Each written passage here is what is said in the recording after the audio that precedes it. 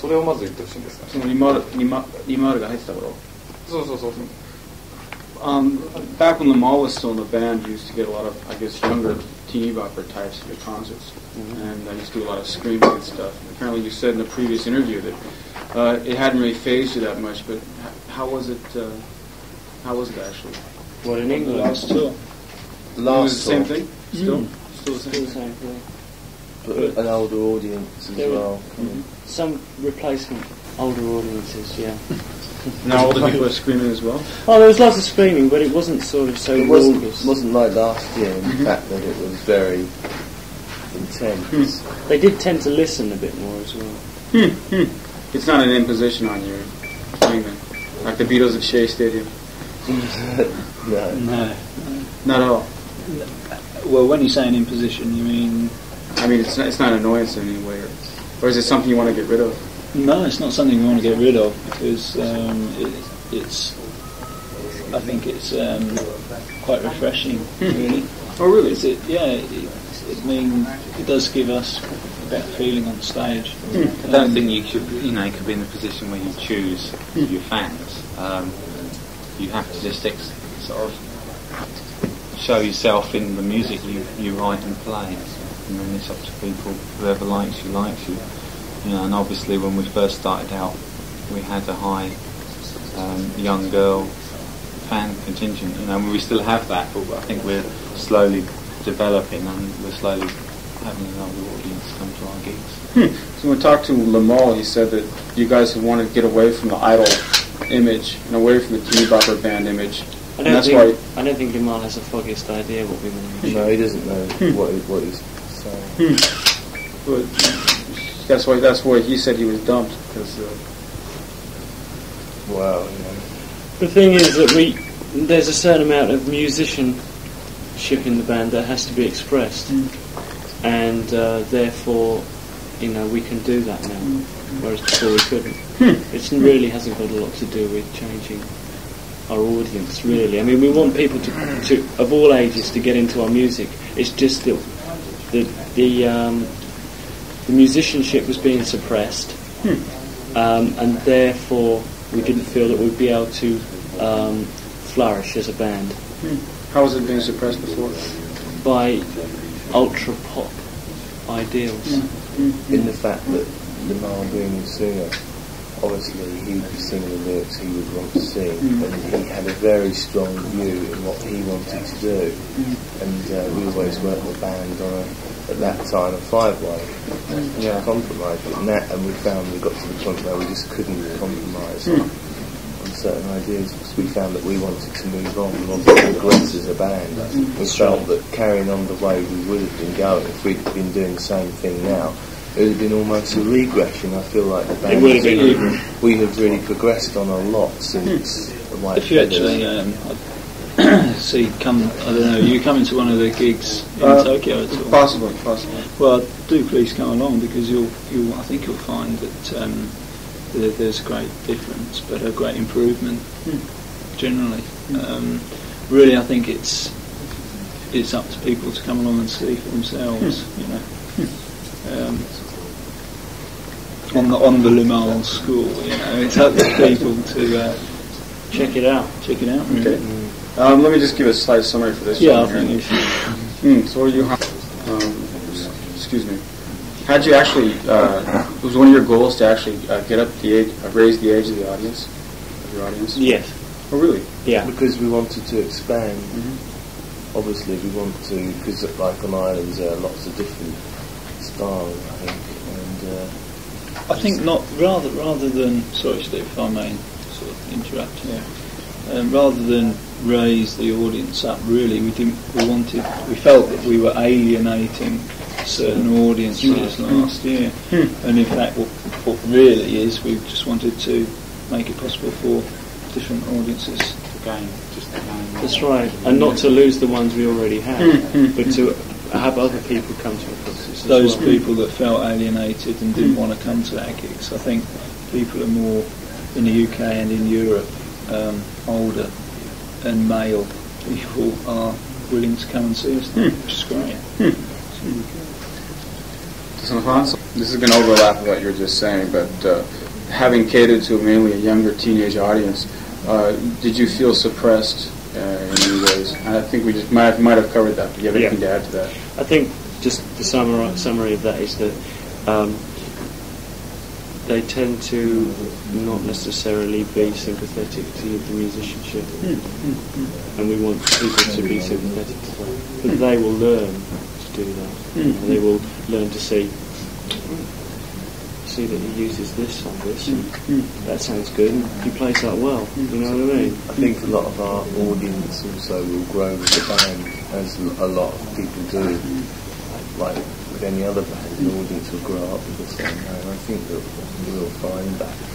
So I think that anybody that's into the band will obviously give the music a chance, and it may be something that normally they wouldn't bother to listen to. It might be it would bring to the attention of something different and more adventurous. Had you thought about recruiting a new vocalist when Limahl quit, or was it just a natural thing for you to get your own vocalist? Yeah, somebody asked that this morning at the press conference, and the truth is that we just really didn't want to get anyone else in. Why is that? Because we are such a close shop, really. I think Limahl did find it difficult to fit in with the way we were. You mentioned that. And but then again, we found it very difficult to accept him what he was as well. So it's partly our fault. But you know, we just wanted to keep it close. We work together well, and we can't really allow any aspect to come in there and destroy what we have. Because it wouldn't work. Just out of curiosity, though, do you think you can just keep on going on like that, or do you think you'll be able to branch out? Well, in what respect do you mean branch? Well, it seems like you have a very insular organization. We do. And is it going to get worse, or is it going to branch out more? Well, it's not a bad thing. It's a good thing. It's by far the best way to work. And also, there's always opportunity. Obviously, we're very busy at the moment, but for solo careers and things, or things with other musicians. So there's no set strict rule that obviously within Kajagoogoo members can go off and do things, but obviously at the moment we're so busy that is nearly impossible. But we don't sort of, when we say a closed shop, it's not. Yeah, we do meet other musicians and play with other musicians from time to time, and we've got like backing singers that we use live. It's not like we're just there and don't accept anyone. As far as writing is concerned, and the way that we work, it's a professional outfit. It is, you're right, it's very close. Yeah. People find it very difficult to get to us or get into what we're doing or feel part of what we're doing, because we've been doing it for so long. Subconsciously we have built up this like the walls of Jericho, all around us, which really stop anyone from coming in, and that's the way it'll always be. But we will go out and work with other musicians. There's instances from what you can see in the Lion's Mouth video, Nick, you play the stick, and also do the vocals, and it seems like you're taking on a pretty heavy burden in the band. Is there a possibility of you taking on too heavy a burden in a four-member outfit? I think that it's up to every member of the band to take on an equal burden. If one is taking on a heavy burden, then the others should take on a great burden. And I think that's the way the band works. How about the other three members? Well, it's a situation where initially Nick has a lot of work to do, and it's up to us to really give him all the support we possibly can. Because at the time when we went out and jumped in the deep end, Nick played bass live on stage and sung vocals, and we'd done 2 festivals in Germany, which was a great experience for us, because it was like jumping in the deep end with everything. And I think we come to it very well, and it's not a point where we say we've got it totally together, but it's like it's progressing, and we're on the right road. We feel very confident.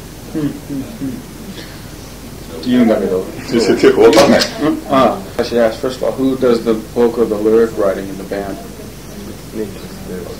he wants to know about the lyrics a little bit. He says like a song like Island seems to have a very a theme of solitude. Is that from actual experience, or? Yeah, I write lyrics from first-hand experience. And are you a very solitary person, or do you experience a lot of solitude? Or what? From time to time, it goes from one extreme to another. But the lyric, describing to an individual or to a journalist what the meaning of a lyric is, or the thinking behind the lyric, is a bad policy, I think. How's that? Well, because that limits the way that person will see it. Personally, I prefer people just to not ever ask me that question, so they can always arrive at their own particular feelings about the lyric or the song itself. For instance, if I say that Island is about solitude, and tell you in depth exactly how it was written, you will see it always that way, and that will limit you every time you hear it. 自分のシーンについてね、the tone of all the lyrics in the album are very pessimistic, though. Oh no, they're not. Not at all. No, they're all very optimistic. They are realistic, but they are optimistic. 逆だって。楽観的で right off from the position of a person who, rather than being, what did you say? Completely in love with a person, always being with them, you sort of take a very cool stance. Cool stance. And keep a person who wants to keep their distance, maintain a relationship, but also maintain a distance. Yeah, I think so. What's there? そういうところもあるかもしれない。それだけ。とにかくあんまり喋りたくないんだよ、詩については。あ、そうか。それは誰に対して You're apparently a very you're a Christian, and very serious about your religious beliefs. He's wondering that in a world of pop music where so many of the practitioners are into sex and drugs and rock and roll, are you able to keep your distance? それと他のメンバーについても。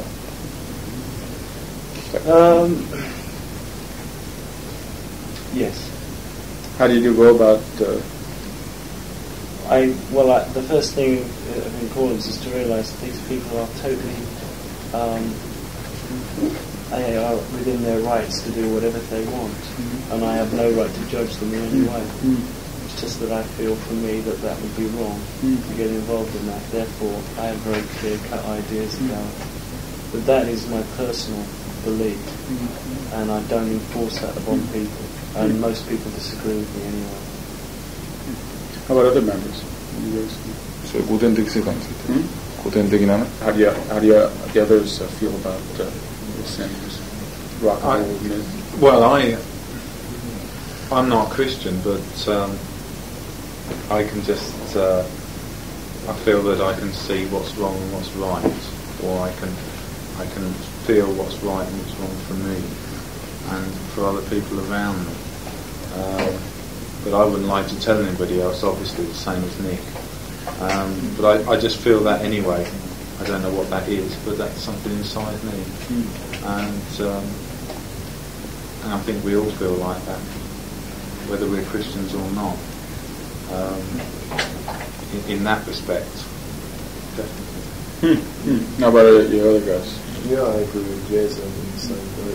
It's funny, this comes back to what we were saying about being a unit. Although we have different beliefs, Stuart and I share a similar belief, an identical belief. But between Jez and Steve, we are all in agreement, more or less, about what we feel. And we live our lives along those lines, within the confines of our working unit. And that's why it works so well, because we all agree, basically, about a large amount of social things. 当然ね、その教理をね置こうとしてるんだけども、別に自分がなんていうのかな、そういうキリスト教の信者だからって言ってね、even those people who don't want to get into that kind of thing, when first becoming a professional musician or a popular musician, tend to drift in that direction especially if they're weak, what keeps you strong? What supports you? Yeah, exactly. You just said they're weak. Probably. I think it's also sort of they've got this urge to live for today, and there's no tomorrow, and that's a very selfish way of looking at things. I think also because we all have very the same views really as far as that goes. I think that we're a strength to one another. That's right, yeah. Does help because we don't really get involved in that sort of thing.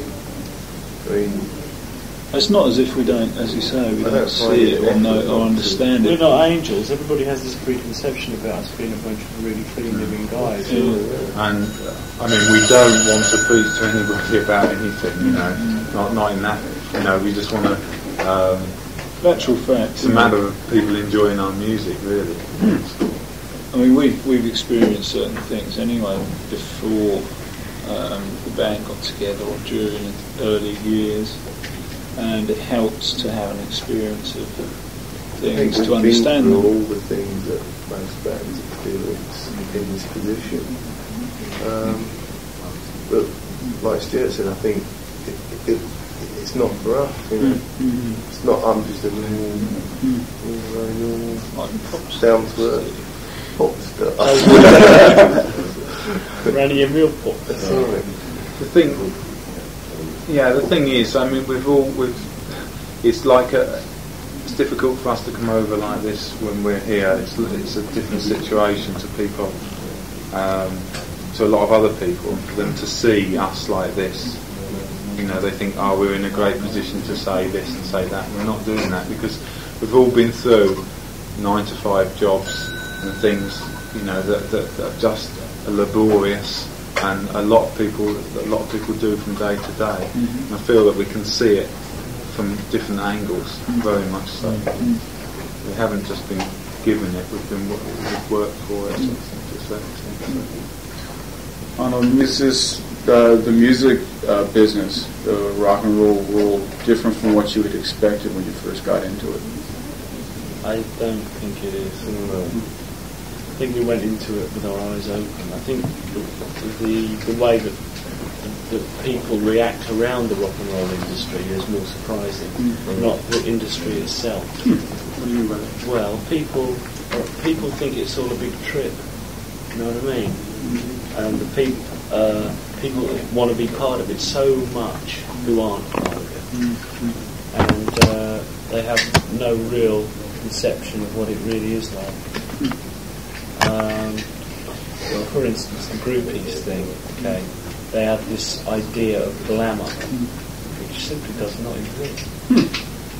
Well, what do you mean by that? Well, it's not glamorous. Well, I mean, the fact that they do it, doesn't that mean it exists, though? The fact that they do it, that they practice it, and the fact that more people follow them into it, doesn't that mean it exists? No, because they're believing a lie. This is the thing. I mean, they look to us as great gods. You know what I mean? And they think that we are. I suppose it depends how you define glamour. Yeah. Well, on a very basic term, they see us as some sort of, or other bands, perhaps not us so much, but as some sort of great sex object, you know what I mean? And some people like to play up to that. But really, it's not true. It's all a big act. You know what I mean? But I mean, how about yourself though? Being, like in the roles as sex symbols, doesn't that come into your head when you're performing? Not at all. Not at all. I've never thought about it. I think really there's an aspect of performance involved, which is just aggression and just feeding off the audience. And some people might feel that way about you or the way you move, but that's an accident. People are going to feel that way about you no matter. Yeah, I mean, it's like just going, if you go down to a disco, you go there, don't you, to enjoy yourself, to do that certain thing. You can get into that. It's the same as playing on stage for me. You know what I mean? I can get into different modes. I mean, I love playing. It's, playing to people. I think the thing is, playing to people is probably the biggest thrill we get, in so much as that all those people are really enjoying and experiencing what we've experienced through the songs, and they're enjoying experiencing the same things. And that's probably one of the biggest achievements you can get. So in that sense, you would consider yourself perhaps the diametric opposite of, say, Mick Jagger, who is seen as a sex symbol and acts out the role to the to the very letter. Yeah. Completely opposite. I think that we are entertainers first and foremost. Yes. Therefore, if people get off on us from a sexual angle, even though we didn't mean it that way, that's cool. It's the way we feel. It's what we feel happy doing within ourselves. If they feel that we are doing it from a sexual angle, and we are doing it from a sexual angle, and we think that's great, But I wouldn't want to do that. It's not our way. That would be a mistake for us. So what's the foremost thing then? Writing songs that you feel totally into, performing them in a way that makes you feel comfortable, and being true to yourself, and hoping that your audience are going to enjoy it, and putting it forward in a new way.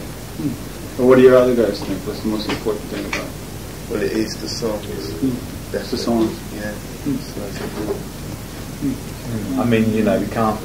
I think the reason where we draw the line is that we go on stage and it is a type of an ego trip as such, because you're making a lot of people happy. And it's it for that hour and a half or whatever. You are it there, but it's a matter of setting aside that when you come off stage, a lot of people carry on right up there when they come off stage as well. A lot of artists.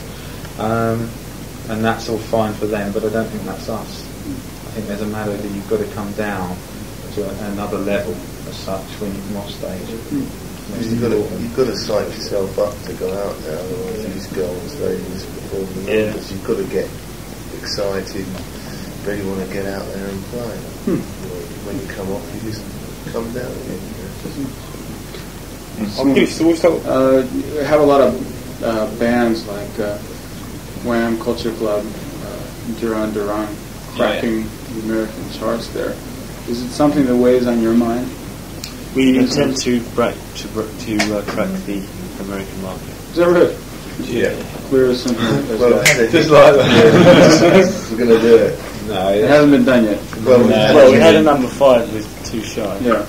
But that's old days, But we haven't released anything from Iron, like Big Ass on the Lion's Mouth, and nothing's been released yet. It's an ambition, I think, really. Why? Because it's the biggest American? I don't know, there's something about it. I mean, obviously the size of it. it's a very big challenge. I mean, it's like, it means a lot in terms of success for the band, obviously. It will be an experience going through the touring and the process of the releases and everything. Like, it's so different to any market that we've been involved with promoting in, What do you think the other bands have done to break the market? And would you use their experiences to help yourselves? Well, yes. I mean, I think you can learn by other people's What successes do. What have those mistakes and successes been, just out of curiosity, if you noticed them? Being linked with an ultra teen pop image is wrong for America. It's wrong, but what about Duran Duran? They've done it in a different way, I think. How's that? They've approached America in a very sophisticated way. That's what I think. Anyway. Sophisticated. I think it's sophisticated pop music. And in the same way, I think Eurythmics have done it in an even more sophisticated way. As opposed to say, well, wouldn't be sophisticated. Well, no, I think that the way we would do it is probably through a very much a live angle, because I think that's where. Well, that's the only way to do it. That's where our forte lies, and we believe, firm believers that basically you've got that hour to do your stuff, and if you can't do it, then I don't, And when you say like teeny bop audience, that angle is wrong, probably wrong for us. I wouldn't say that it was wrong, sort of necessarily generally widespread, because it's proved in the past that so many acts have but there's a stigma attached to being a teeny bop. Which you have to break. And we're trying to break out of it now. I mean, Duran initially they started. Obviously, they've been, they're on to their 4th album nearly now, and we're further back down the line as such, and drawing comparisons with them, they've been out to the States 3 times, 3 tours, and they have played live. And it's only when they come back from their 3rd tour back to England that they found that they'd started to break with Hungry Like the Wolf. So I think they proved that playing live is what it was about. But obviously their image attracted a lot of young teen fans. It's going to be like sort of a starting from a different angle. Like it's not starting from scratch necessarily, but it will be like accepting the fact that we're going to have to do support. One of the best things about going to America, surely, though, is that they have no preconceptions about the band of Limahl. They've never seen us play live. They can only remember one song which was released a year ago and got to number 5, and they're going to remember the name more than anything. And in America, I don't think the emphasis is so much on, because in a lot of American bands, I think this is right, that if there is a personnel change, it doesn't seem to, like, the whole thing is that the band's name is there, and there's many American bands that are changing personnel every year, and yet there's not this big thing about it. It's geared more for an albums type market, an album market, rather than the single, whereas comparing it with the UK, it's very fluctuates so much, and it's one thing's in, one thing's out, and you can't consolidate your position because you don't know what's happening from one day to another.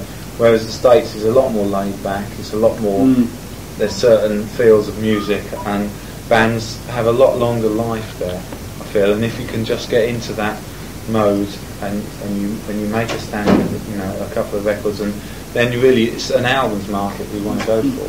So, it's not necessarily one single or 2 singles. What you say reminds me of the headline when Limahl left the group. Kajagoogoo breaks, a nation weeps. I think that was in Sounds. Really? Yeah. Tongue in cheek now.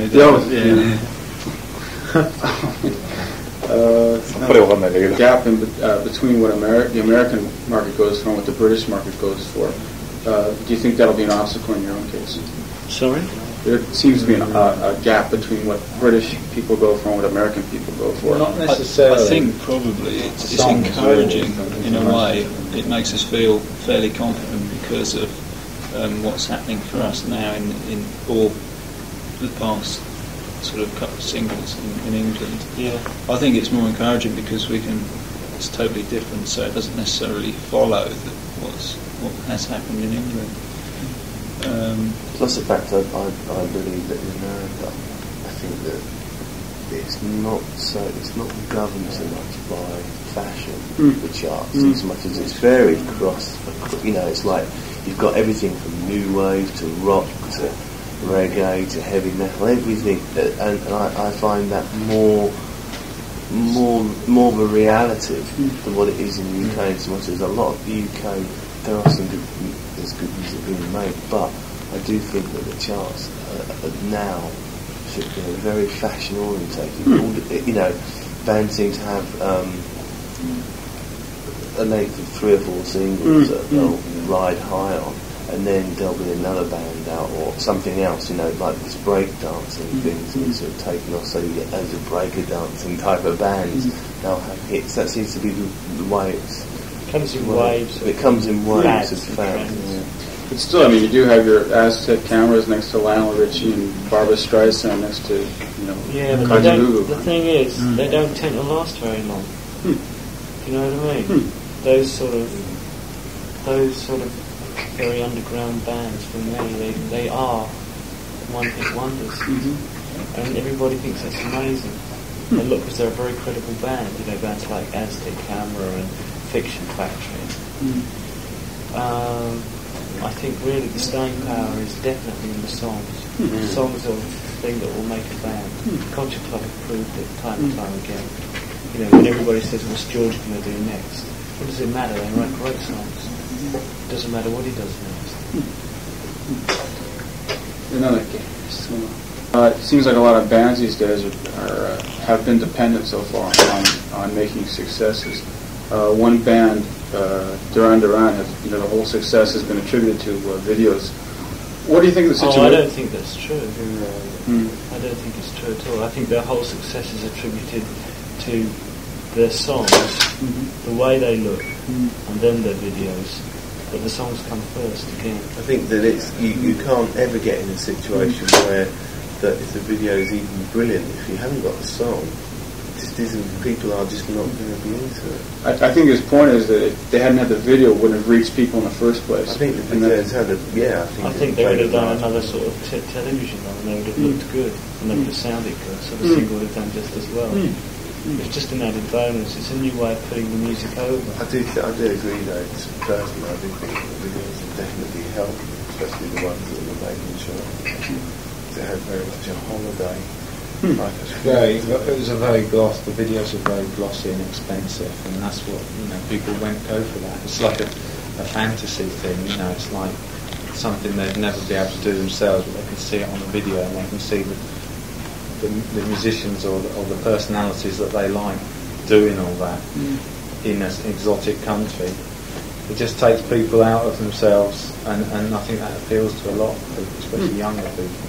You're in the position yourselves now, though, you have to make a video out of it, right? Yeah. To sell I think the video that is made should be very in keeping with the song and how the mood of the song is.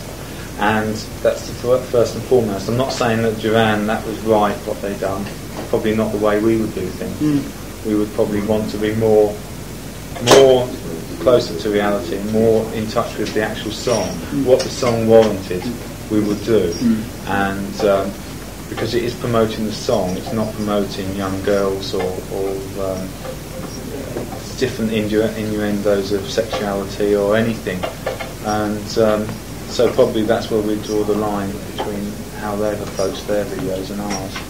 How about you, Nick? You said you're sensitive about people limiting people's imagination when it comes to songs, but don't you think video could do that? I think it can enhance the imagination, and because you're just adding another aspect that helps people see the song in a different light. Just help them see. You create a mystique about the song in a video. That's the idea of a video for me. But you don't say this is what the song's about. And you for instance, Lion's Mouth, there wasn't any lions in it. Do you know what I mean? You don't just you don't use obvious things. You use things to elaborate. I remember when I first saw. Do you remember Nick? The Ikudo video from Magic Box. Did you ever see what that? It was Ikudo. Oh, Ikudo, yeah. They did a video from Magic Box. And I remember seeing that, and there was some really nice, at the time, quite new techniques, wasn't there? That screening where Simon Tashir was split off all in different, and the way the stills all put together. Oh yeah, like a shadow. I remember seeing that, and that really just like the whole thing. I don't know, it's just very, very imaginative. Oh, some good videos. And that's all.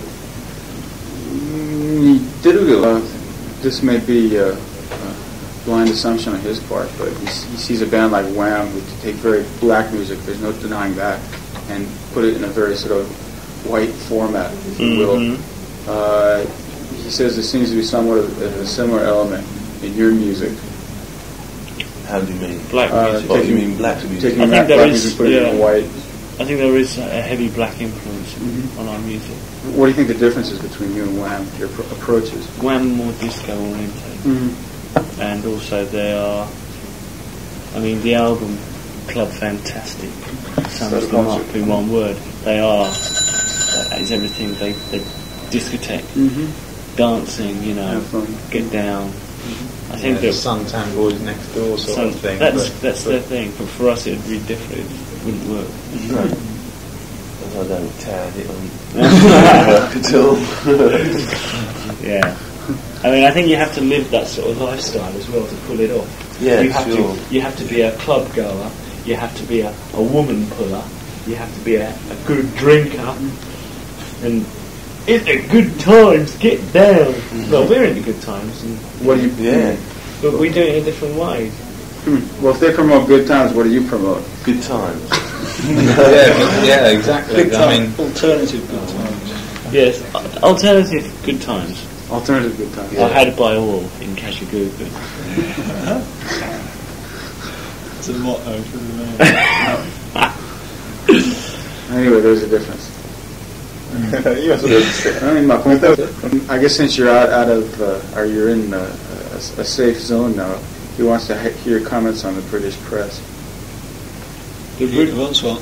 You're in a demilitarized zone. We say what we feel about the British press no matter where we are, even if we're in England. Well, what do you say when you're in England? Sometimes there are some good reviews. Sometimes people rarely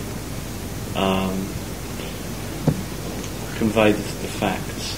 But I think that the British press is the epitome of the British attitude. For instance, when you come to Japan, the people are kind to each other. They have respect towards everybody, no matter from what country, and they treat people accordingly.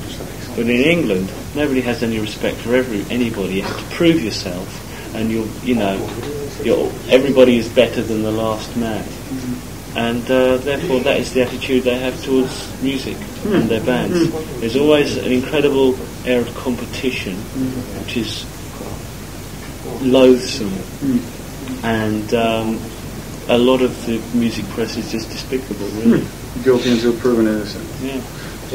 Yeah, it's just everybody's trying to climb the ladder, up the rung. And if they knock somebody off up the way, they're not bothered. I mean, they can review an album without picking it up, Like looking at the cover. Yeah, that's it. Despite all that, we don't tend to get too hurt by what is said, though. We don't, we can manage to... no, it doesn't affect us to the point where, we accept it as part of the music industry. Yeah. And it'll always be there. We're not going to change it. What annoys me the most is I don't mind the snide comments, and I don't mind, the exaggerated rumors. But what bugs me is the album reviews. They do not listen to the records. I mean, it's obvious by reading the review. They have they review 25 singles in one fell swoop, and now he's going to have to listen. We had a single review once. Not so long ago. I can't remember which one, but the whole paragraph was stating something totally apart from the music. That's right. It was to do with the background information of the band's personalities and what their personal lives entailed, rather than the quality of the music. Well, the album shot. We talk about that for a whole paragraph and call that a review. Alright, that's music. Thanks a lot. Some pictures? Yeah, some pictures. Yeah.